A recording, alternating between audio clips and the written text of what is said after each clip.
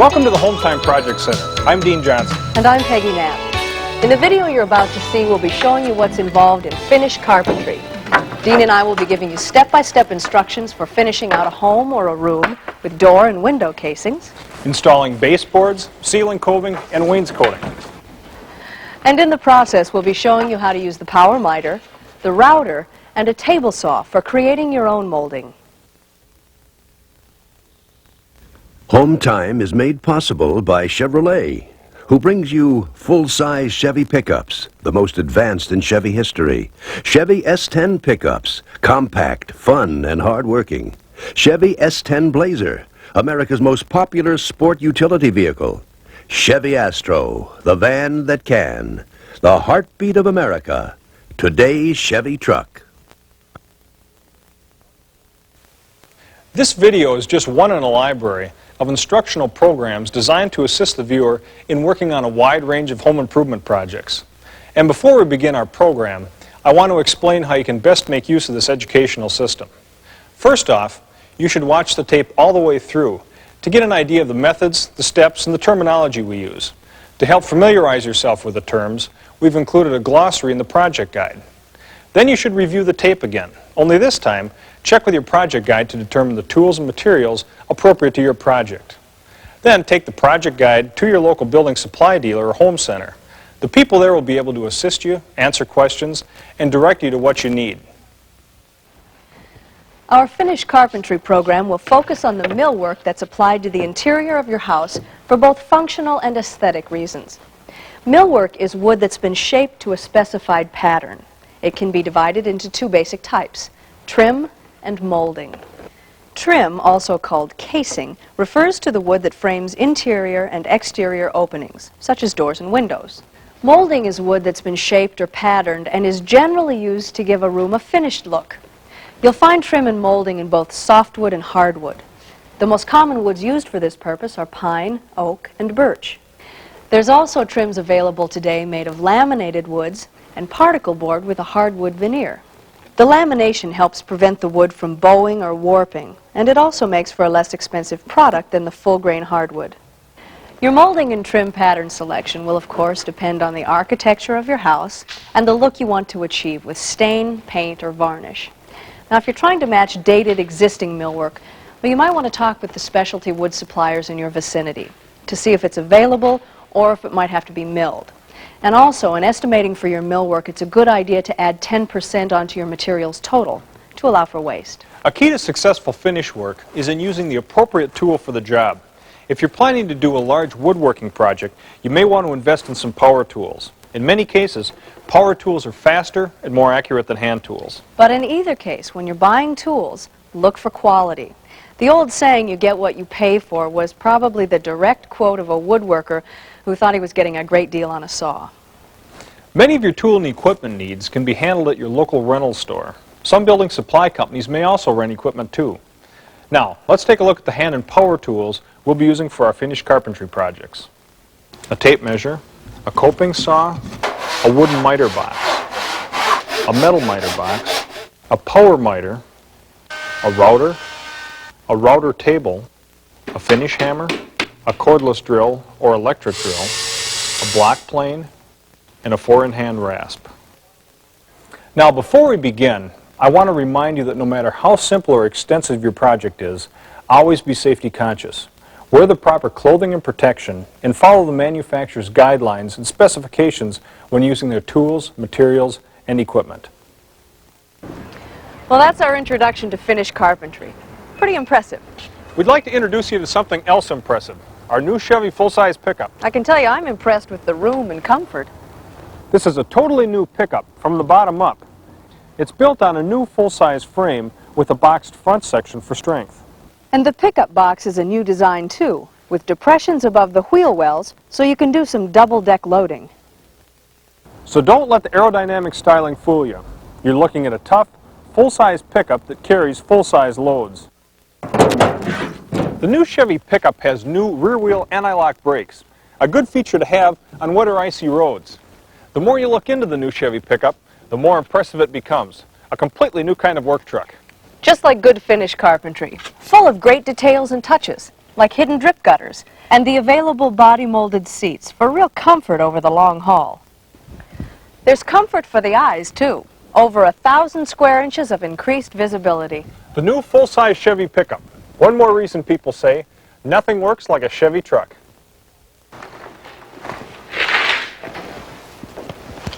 We're going to begin by installing some oak Princeton casing on an interior door. Now, the Princeton pattern is a common style of casing.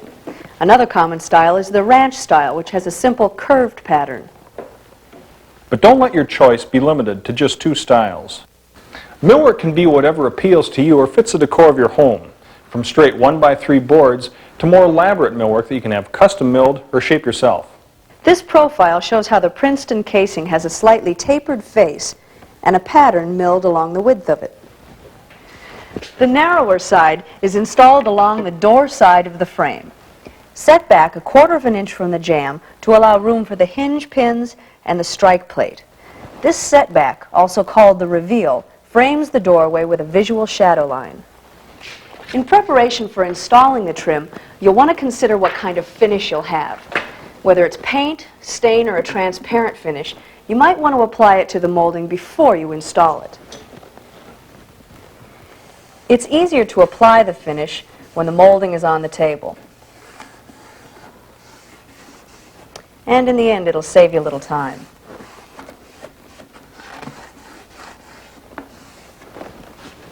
We'll start off by installing one side first, then the top, then the other side. The first step is to measure the height of the opening and add 1/4 inch for the reveal. This will give us the inside dimension of the miter cut. Normally, the trim is installed before the carpet or the vinyl flooring is laid down. So for the side casing, you measure right from the floor. You got that? Yeah. All right.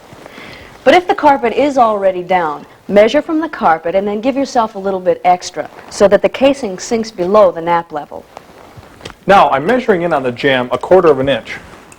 And with a utility knife, I'm making a mark that will serve as a guide for when I'm installing the casing.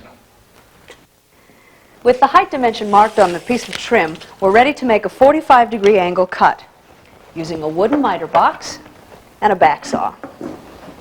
The miter box has slotted sides for making clean, accurate square and angle cuts.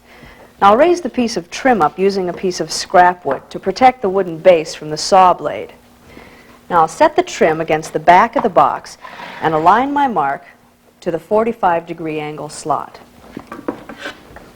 Then using the saw blade as a guide, I align my mark to the 45-degree slot. Setting the back saw into the slot, you start with a couple backward cuts, holding the trim down tight.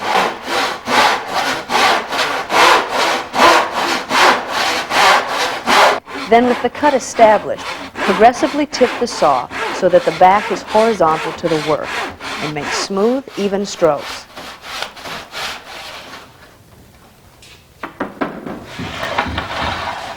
Now for the other end, you want to cut it square to the floor.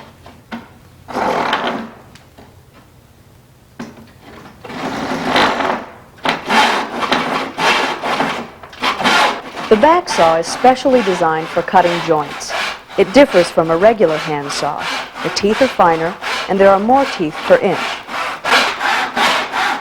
It also has a reinforced steel back edge that eliminates any flexing of the blade that could affect the accuracy of the cut.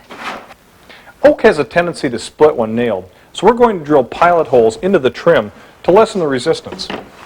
Now this step isn't necessary if you're using pine. I set the trim up to the marks I made, making sure that the reveal is uniform. The drill bit I'm using has a slightly smaller diameter than the nail shank. An alternative to the drill bit is to use one of the finishing nails. The trim is nailed to the door jamb and the framing members. For going through the drywall and into the jack stud, we're using 6-penny nails. For nailing into the jamb, we're using 4-penny nails. Down the inside or visible edge of the trim, I'm setting a nail every 12 inches. Along the thicker outside edge, it's every 16 inches.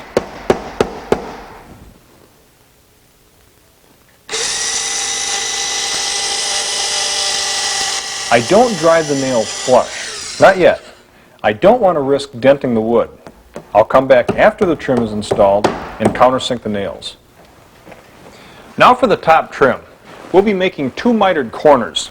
Now since the side trim's already on, we'll be taking the measurement for the top trim from the inside of the trim over to the jamb and adding 1/4 inch for our reveal on the right-hand side. Now we want to show you another kind of miter box, only this one is made of metal. It has a calibrated guide for setting the angle and a saw guide onto which the saw mounts. For making a 45-degree miter cut, I just move it into the setting where it clicks into place, then cut. To make sure you get a tight-fitting joint, align the trim so that you're cutting on the outside edge of the line. The goal here is to create a flush joint.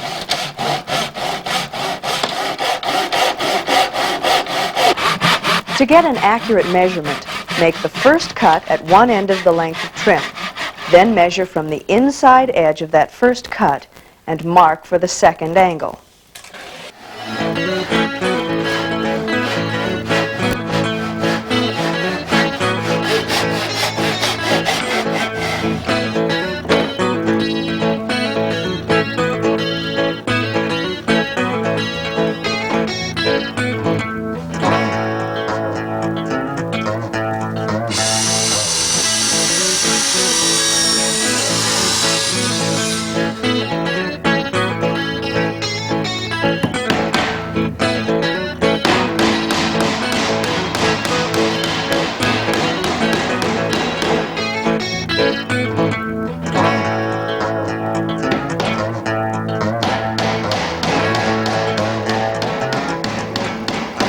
Now for the other side. In some cases, you'll find that the jamb isn't straight or the miter cut isn't clean. If the joint isn't flush, you may find that the wood touches at the top, but there's a gap at the bottom, or the other way around. Then you'll want to correct it by remitering the corner or by using a block plane. A block plane is a small plane that fits in the palm of your hand. To set the cutting blade for shaving down a mitered edge, I adjust the knob for a low angle. Then holding it flat on the miter, I make very fine, thin cuts, working on the high end where the wood was touching, and checking the joint often to make sure I don't shave off too much. Planing should always be done on a loose piece as opposed to the trim that's been anchored to the wall. Now it's very easy to mar the surface of the wood with a hammer by driving the nail flush to the wood. So to avoid this, I hammer the nail to where the head is just above the surface. Then taking a nail set and placing it on the head of the nail, perpendicular to the wood, I give it a couple of quick raps with a hammer. These depressions can be filled with colored putty or wood dough, depending on the finished look you're after. Now, if the nail head isn't set deep enough, the putty has a tendency to pop out. For installing window casing, the same basic principles apply, only here we have to cut an extra piece for along the bottom.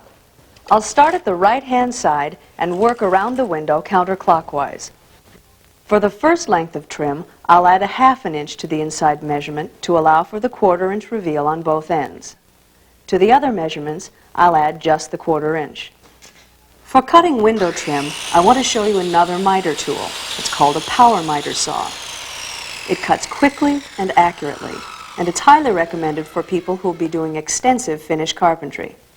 It's basically a circular saw that's pulled down to cut the wood. Like a circular saw, there are a number of different blades available designed for specific cutting applications. For miter joints, we're using a carbide-tipped cross-cut blade. Although more expensive than the regular steel saw blade, the carbide blade will stay sharper longer. A tip when using a power miter is to raise it up off the table on blocks of wood. This allows space for the sawdust to build up without clogging the mechanism. For cutting miter joints, loosen and pivot the handle to the 45-degree stop on the table gauge. Then slide the trim board in against the fence so that the short angle of the miter is toward the outside. As with other power saws, the power miter commands a great deal of respect. Accidents can happen, especially if you're in a hurry or if you're preoccupied with other matters. If and when you do operate a power miter, wear safety glasses and keep your fingers and clothing away from the cutting blade. Another safety measure that we recommend is to check the guard to make sure it's operating smoothly before you turn on the saw.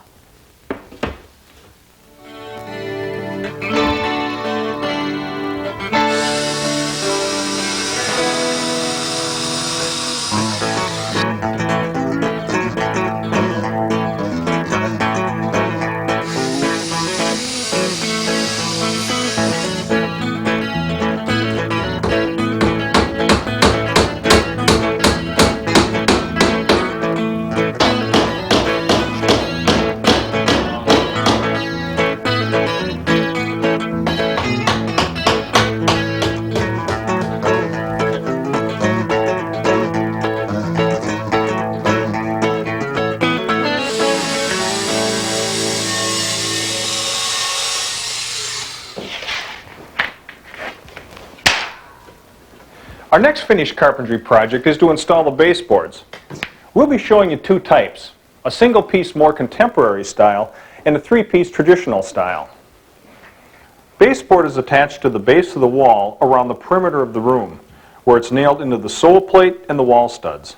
For our room here, we're going to match the window and door casing using a Princeton-style oak base.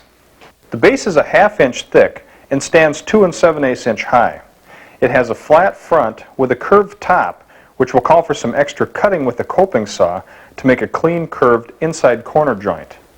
One end of the base will butt against the wall, while the adjoining base will be cut to accept the shape of the wood. The first thing to do before you cut and attach the base is to plan out the order of the installation. Now, ideally, you want to take your measurement from a butt end or a wall as opposed to the coped end. We'll begin at this wall, attaching a length of base to span the full dimension with a butt joint at each end. Before attaching the baseboard, we establish the location of the studs for our nailing points. Since this room will later be carpeted, we're going to raise the base off the subfloor a 1/2 inch, using a 1/2 inch plywood shim as a prop. We fit our first length of base to the wall, shim up a 1/2 inch, and with a drill, make pilot holes at the stud locations. Then drive the finishing nails. Here again, I only want to drive them part way. Later, after all the base is in, we'll countersink the nails with a nail set and fill the holes with wood dough. Now for this adjacent wall, we'll need to make a coped joint. An easy way to get a clean fit is to take a length of trim longer than the span of the wall and cut the joint first. Then after you've established the fit, then you cut the excess off the butt end. And I'll show you how. As we mentioned earlier, our Princeton base will require 2 cuts. First, a 45-degree miter cut. Then with a coping saw, I'd back miter it, holding the base steady and turning the handle as I saw to follow the profile. This contour line is also called the arris, and it's important to saw as close as possible to the line without wavering. This way the end will fit flush around the other molding.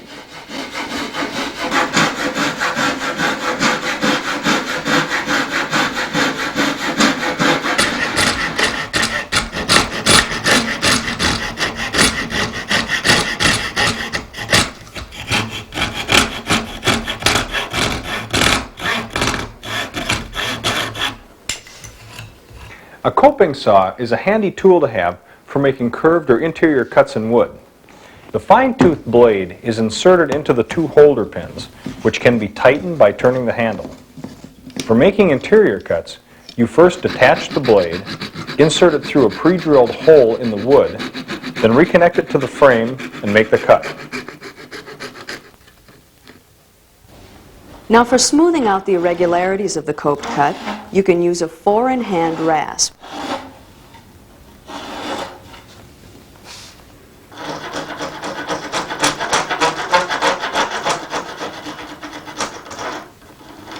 It has 4 different abrasive edges, and it works well on a variety of surfaces. With the base cut, set it in place to see how it fits. Then make a square cut on the other end to fit up against the wall. Then just finish off the rest of the room.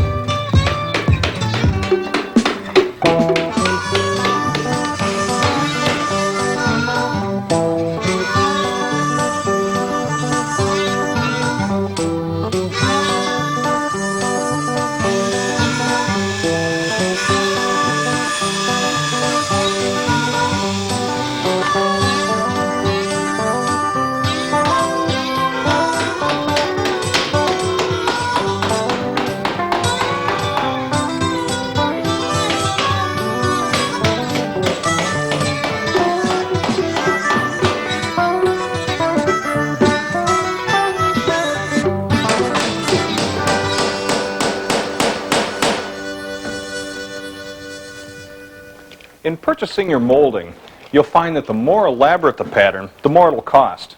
Most molding is sold by the linear foot in lengths from 6 to 16 feet. It's always best to buy it in full lengths that will span the full dimension you want to cover. Now, should you come up short and have to splice two pieces together, a good way to join them is with a bevel cut. You have to set the miter at 30 degrees to cut a beveled joint. With the butt joint, there's an obvious shadow line where one ends and the other begins. With the bevel joint, one end overlaps the other end, and the joint becomes less visible. And should there be any shrinkage in the wood, it will not show up as much because there's wood behind the joint.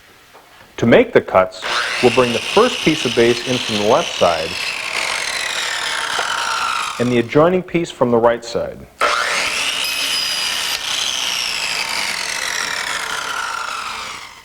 Remember that the joint should be located on a stud. When installing the base, angle the drilled pilot holes toward the joint. This way, all 4 nails will land in the stud, plus the angling helps draw the bevel joint together.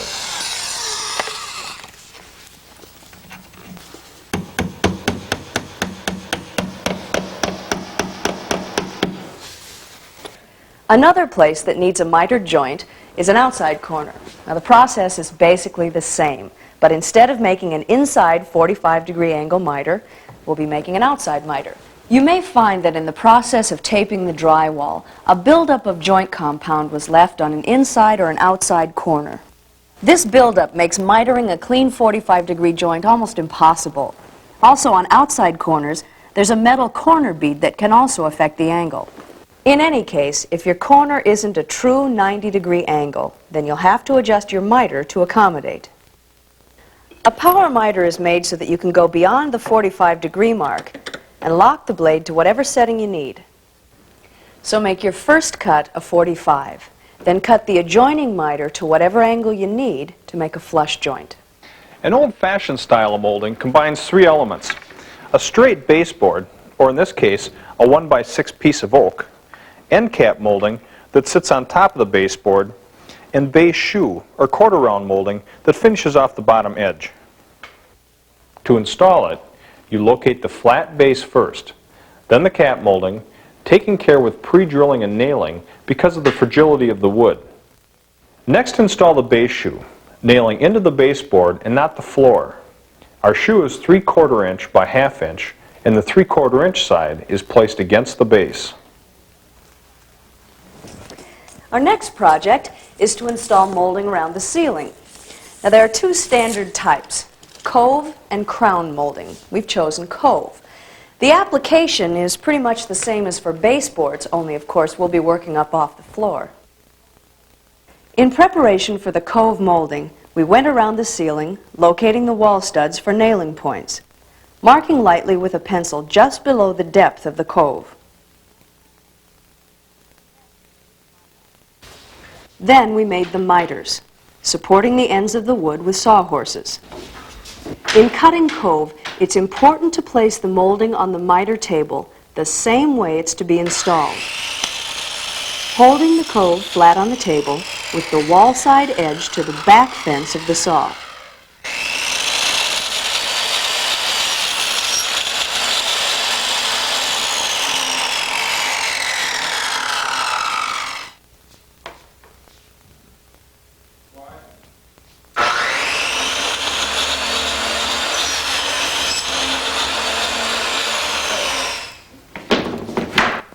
Then set the molding up in position. Pre-drill for the finishing nails, and nail the Cove around the room.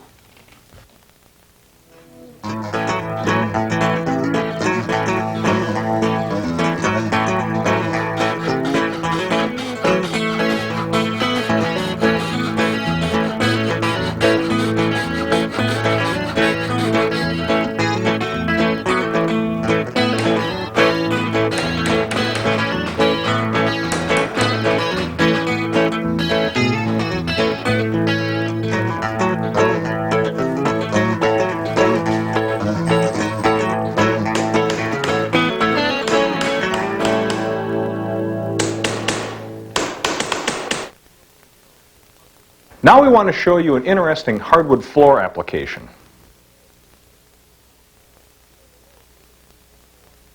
In the lower room addition, we're installing a floor made up of tongue and groove oak boards. The interesting thing about this floor is that we're gluing the boards directly to the concrete floor using a special adhesive. We've applied the adhesive about 1/4 inch thick using a notched trowel. Then we've allowed 1 hour setup time for the adhesive to become tacky. We lay the planks, inserting the tongue and groove of the previous. These are pre-finished 4-foot by 3/8 inch planks that can be glued to wood, concrete, and resilient tile, providing that the subfloor is clean, level, and above all, dry. Now here along the wall, we're leaving a 1/4 inch gap for expansion. This will later be covered with a baseboard and base shoe.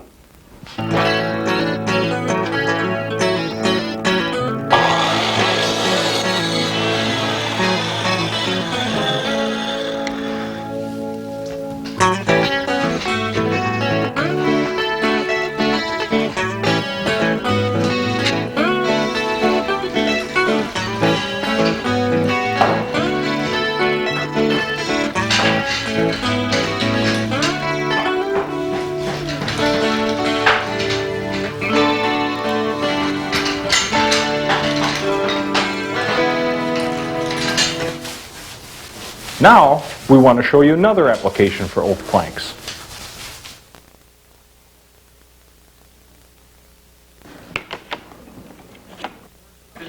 In the room addition, we're installing oak planks on the cathedral ceiling. For the ceiling application, we're installing 1/4 inch plywood to the existing drywall and nailing into the framing members. The plywood will provide the planks with a continuous backing for the adhesive and also provide a good nailing surface. The planks come in random lengths from 12 to 60 inches, and we'll be installing them lengthwise, parallel to the peak, staggering the joints as we go. We'll start our installation here at the peak and work all the way down one side and then go back and attach the other side. To ensure a good bond, we're troweling the underlayment with the same adhesive we used on the floor, again allowing 1 hour setup time.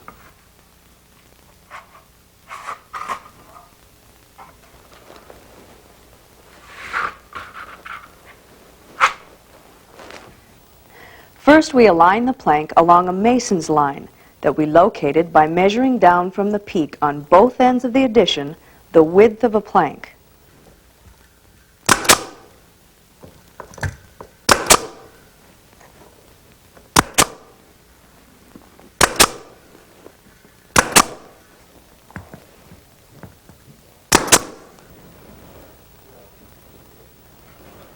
Although we're running our planks parallel to the peak, we could just as well be installing them from the wall to the peak, diagonally, or in a herringbone pattern.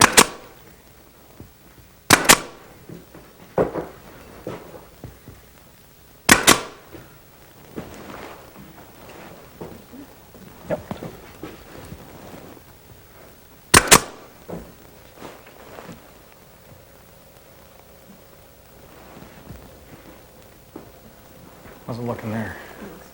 Okay. You want to get that end one?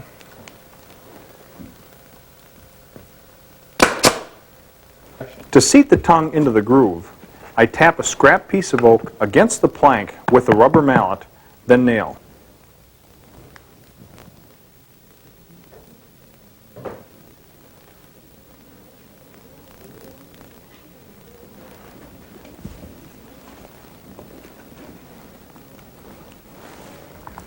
Once the rows are established, it's just a matter of applying the mastic, staggering the seams, and blind nailing.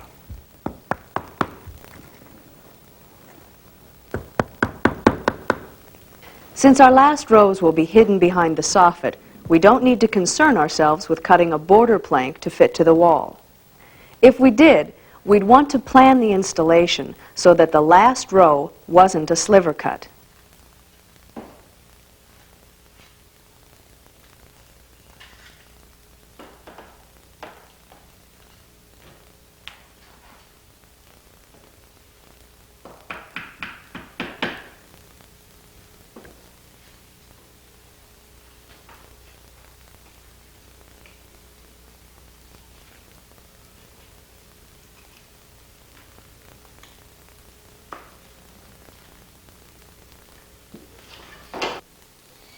In order to form a neat joint here at the peak, we're going to shape the groove side edge to an angle that will accommodate the peak.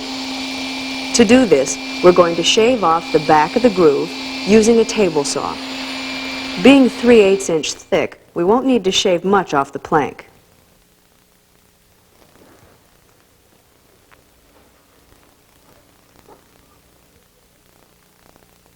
With the ridge row up, we can move down the rows, following the same procedure as the other side.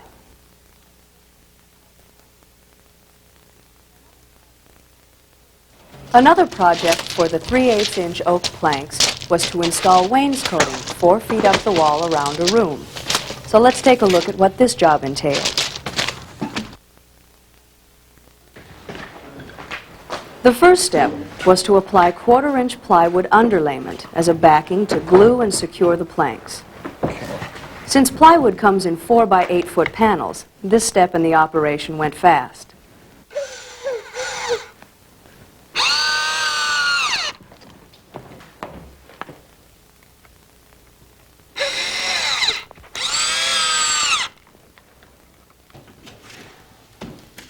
The next step was to establish the widths of the corner planks.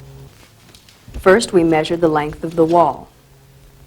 Then divided the total 151 inches by 3, the width of each plank. This gave us 50 1/3, the total number of planks needed to cover the wall. Now, rather than make a sliver cut for the extra third of a plank, we added it to another, giving us 4 inches. Divided that by 2, and this gave us the width of the corner planks. So starting in the corner, we glued the plank with the cut side to the corner, which will be hidden by the adjoining wall.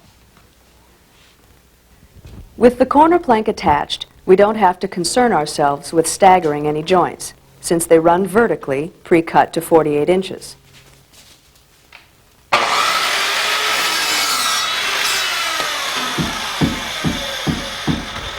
To cut for a window opening, measure down from the top of the previous plank, then mark, cut, and locate.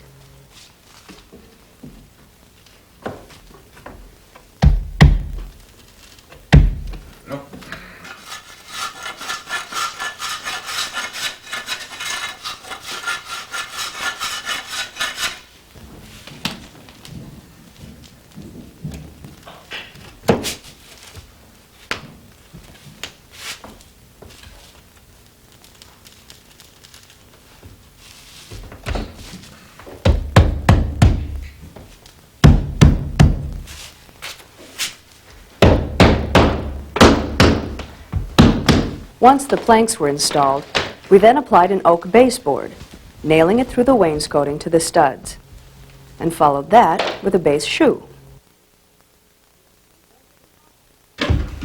Then to the top of the planks, we applied a cap molding that we also nailed to the studs.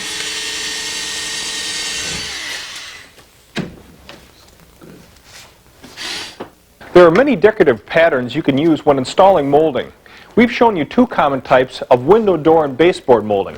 What we'd like to do now is show you how you can create your own pattern with the help of a router. Router cutting bits are attached to the chuck at the bottom of the shaft. There are cutting bits for making a wide variety of shapes and patterns, for rounding edges, chamfering, rabbiting, and coving, as well as creating V-grooves and straight channels in a board. For our base molding, we'll be using the classic OG router bit, which will give us this shape. The procedure for fitting the bit into the chuck will depend on the particular machine, but one step is the same, and that is to pull a plug from the power supply before you attach it. Once the bit is tightly fitted and all the way in,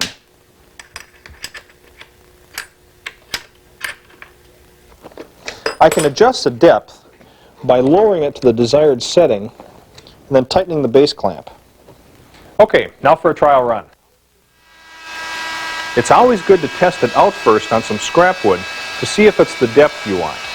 In every case, your work should be clamped and your eyes protected.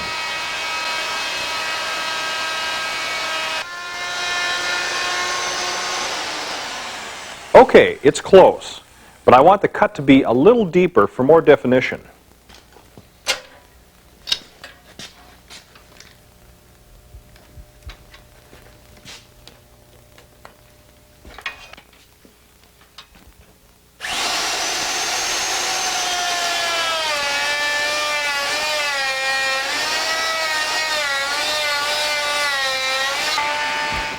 That's it. Now onto the oak base shoe. The best place to start your router is well ahead of the finish work. When starting, the router has a tendency to kick, and you don't want to mar your work.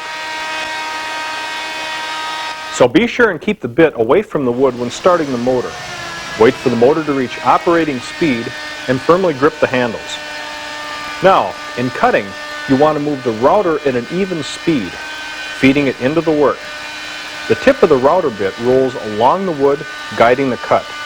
The router bit spins in a clockwise motion, and to get a clean, smooth cut, you want to work the router from the left to the right. Besides the number of bits you can choose from, the router also comes with a fence attachment to guide you in cutting grooves and dados.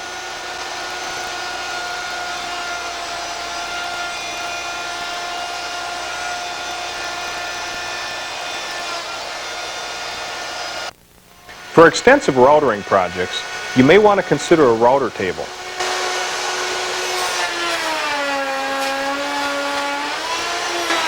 Basically, it's comprised of a router that's been mounted upside down, under a table so that the bit protrudes through a hole. A fence is then anchored or clamped to the tabletop with a notch for the router bit.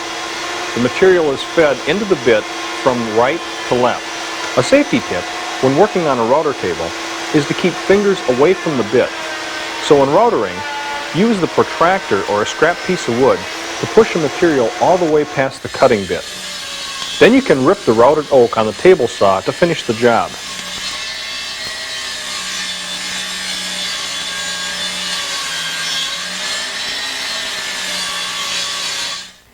Now we want to show you how to install a unique type of interior door, a bifold closet door. The first step is to install the jamb to accommodate a 4-foot door. The jamb consists of particle board that's been laminated with an oak veneer. To assemble, carefully align the corners and secure with 1.5-inch bugle head screws.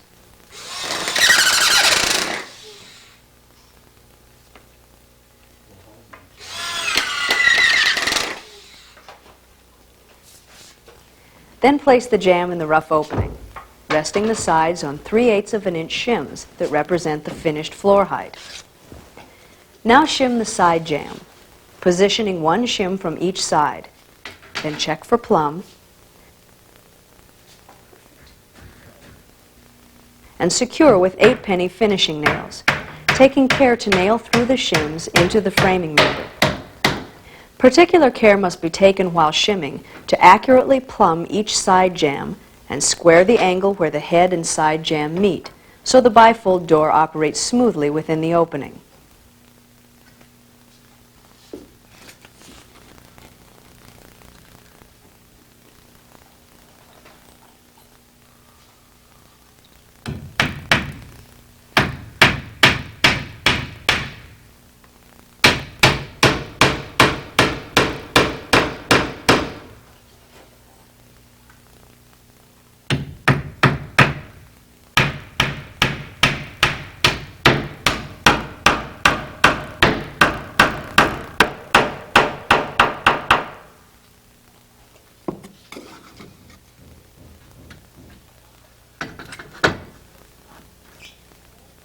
The final step is to score the excess shims with a utility knife, then snap them off flush with the edges of the jamb. Now let's go to a finished closet to install the set of bifold doors. Here we'll be installing a set of bifolds to fit a 6-foot opening.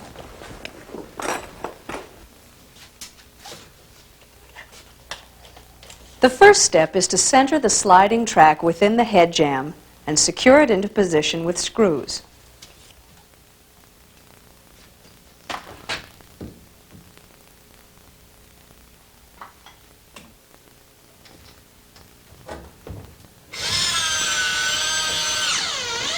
Next, attach the jamb bracket at the base of the side jamb, again centering it within the jamb. This bracket can be adjusted left or right so that it lines up directly below the overhead track. Once that's done, it can then be secured permanently into the jamb and floor.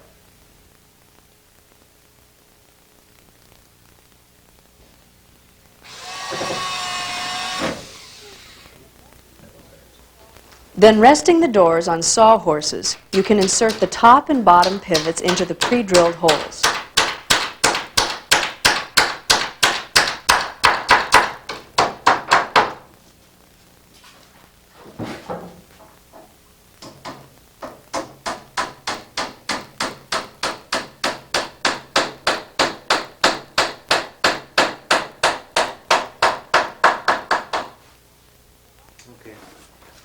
The vinyl slides can now be inserted into the track, making sure that they slide easily.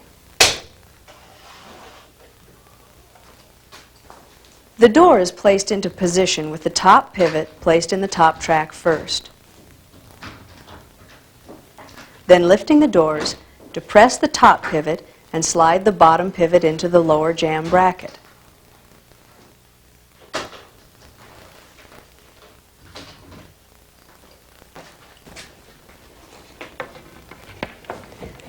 Now the final step is to install the bifold stop along the head jamb and both side jambs.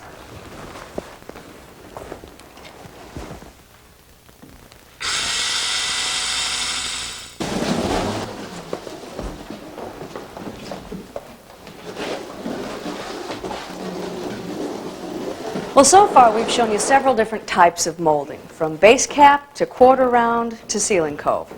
Well, now we want to show you a particular home furnishing that combines many of these features and more.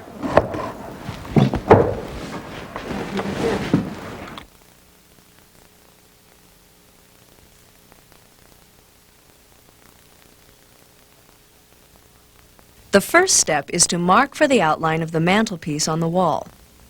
These marks will serve to locate the 2x4 nailers once we deduct the width of the top and sides of the mantel. Now, to scribe the top of the mantel, we set the compass to the width of the widest separation between the wall and the top.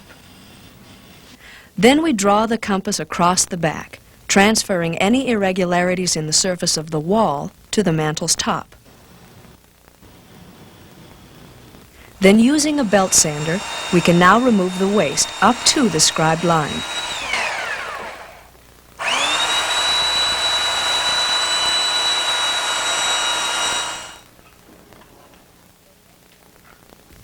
Then, measuring in for the width of the top and sides, we can locate and secure the 3 nailers using wood screws.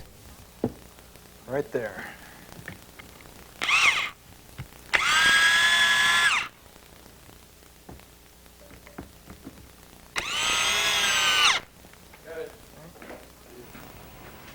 The final step is to replace the mantel and secure it to the nailers with finishing nails. Well, now we can put the finishing touches onto the mantelpiece, applying a stain and then a protective coat of varnish. That also finishes up our program. Hopefully you've learned a few things about finished carpentry. Hometime is made possible by Chevrolet, who brings you full-size Chevy pickups, the most advanced in Chevy history. Chevy S10 pickups, compact, fun, and hard-working. Chevy S10 Blazer, America's most popular sport utility vehicle. Chevy Astro, the van that can. The heartbeat of America. Today's Chevy truck. I'm Peggy Knapp. And I'm Dean Johnson. So long.